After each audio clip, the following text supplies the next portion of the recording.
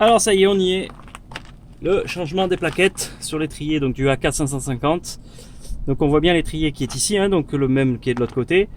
Donc 2 fois 2 plaquettes.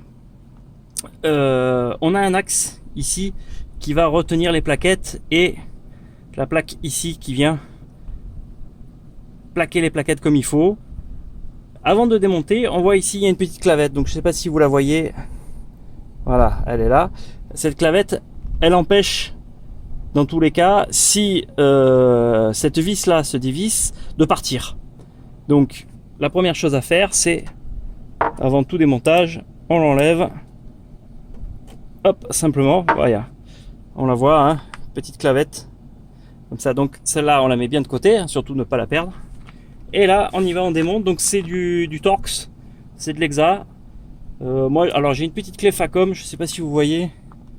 La référence dessus, c'est EXR 127. Je sais pas à quoi ça correspond, hein, sans doute la taille. Hein. Donc hop, on y va, on va se démonter ça.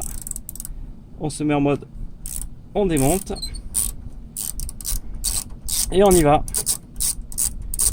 Donc ça force pas, il n'y a pas de, il n'y a rien d'extraordinaire, ça vient tout seul. Donc là, on voit bien que cette partie-là vient se plaquer contre l'axe. Et on tire tout simplement une fois qu'on a démonté. Donc je ne sais pas si vous entendez, mais il y a les cigales qui sont avec nous. Donc elles nous accompagnent dans la vidéo. Donc on appuie ici un petit peu pour libérer l'axe, hein, vous voyez. Et on enlève l'axe. Alors bien repérer comment se place cette pièce là, hein, parce que c'est elle qui va venir plaquer les plaquettes. Ça fait beaucoup de plaquettes. On va faire un petit cours de français aujourd'hui. Donc d'ailleurs, je vais vous l'enlever. Si vous regardez bien de près, il y a une flèche qui indique que la position se met en haut, toujours. Donc en règle générale, on peut pas trop se tromper, hein. Regardez, hop, on la remet, ça vient tout seul, il n'y a aucun problème là-dessus. Donc ça, on le met de côté avec la clavette, pas de problème. Et là, on a 2 plaquettes qui sont ici, donc 1 et 2. Et là, si elles viennent pas, il suffit simplement d'un petit peu pousser les pistons, bon, même à la main, hein, vous voyez. Et là, la plaquette vient toute seule. Vous voyez, j'ai pas d'outil spécifique, je démonte, aucun problème. Donc ici, bon ben voilà, comme je vous disais tout à l'heure dans la présentation, franchement les plaquettes, là j'ai 11 400 km, je roule, hein, j'aime bien les freins. Et franchement, je sais même pas si je vais les changer parce que voilà, ça c'est une ancienne et je vous ouvre, voilà, j'ai ouvert le paquet neuf. Voilà, et ça c'est les nouvelles. Vous voyez, au niveau de la différence d'épaisseur, c'est pas violent, hein. Donc bon, moi je pense que pour le coup, je vais pas les changer, hein, je vais garder encore ces garnitures là. Elles sont encore bonnes, donc c'est dommage de les changer tout de suite. Peut-être juste pour vous donner un ressenti. À la limite, si vous m'envoyez des messages comme quoi vous voulez voir le ressenti sur les plaquettes neuves que j'ai achetées, je pourrais les changer. Comme ça, je vous fais un petit CR, un petit compte rendu comme d'habitude. Mais là, pour le coup, ça vaut pas le coup de les changer. Hein. Donc, bien faire attention. Hein, il y a ici un petit détrompeur. Donc, celle de droite en bas, celle de gauche en haut, évidemment, hein, puisqu'elles sont inversées, hein, les plaquettes. Vous voyez, tac, tac. Voilà. Et là, on voit bien que d'origine, c'est du Brembo. Donc ça, c'est full métal frité. Quand elles sont dorées comme ça, c'est full métal frité. C'est des plaquettes haute performance. On voit d'ailleurs vous voyez l'échauffement, hein, le changement de température entre le haut des plaquettes et le bas des plaquettes. On voit que ça a chauffé. Donc voilà. Bon, pour le coup, bon, mes plaquettes sont pas trop mauvaises. On voit que, je sais pas si vous voyez ici, il y a 2 petits traits. Donc je pense que ça doit être dû à l'usure du disque. C'est pas bien méchant, hein, voilà. Alors, petite chose aussi à savoir, si vous avez votre niveau de liquide de frein qui baisse, c'est pas parce que vous avez une fuite, il faut pas ouvrir le bocal et rajouter du liquide. Attention, c'est un circuit fermé. Il y a 2 raisons pour lesquelles le niveau baisse. Soit vous avez une fuite, donc là c'est grave parce qu'à un moment donné vous n'allez plus avoir du tout de freinage et c'est très très grave.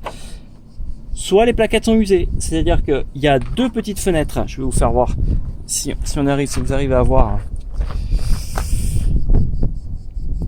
Voilà, mon téléphone arrive à faire le zoom, parce que je suis peut-être un peu près. Voilà, vous voyez là, au niveau du bocal en dessous, là, il y a une petite fenêtre. Donc là, c'est côté gauche.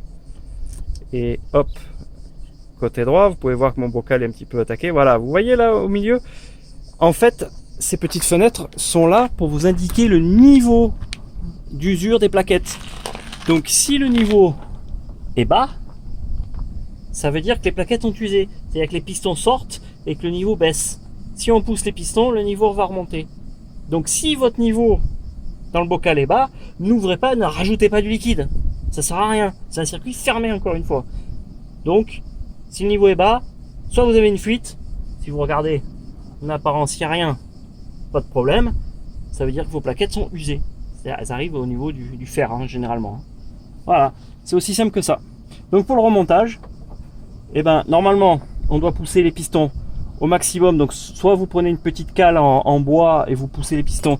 Je vais vous le faire. Je vais essayer de vous trouver un petit bout de bois quelque part. Un truc un peu costaud. Alors là, c'est arrache. Hein. On y va à l'arrache. Hein. Ça, c'est pas très mécanique. Là, il y a les mécanos, ils vont gueuler. Ils vont dire, ah, qu'est-ce que tu fais voir? C'est vite fait pour vous faire voir. Parce que comme je change pas les plaquettes. Vous avez vu là, j'ai mis. Je sais pas si vous voyez bien. Hop, je rapproche un petit peu. J'essaie, voilà, je fais le zoom. C'est en même temps, je fais les deux. Voilà.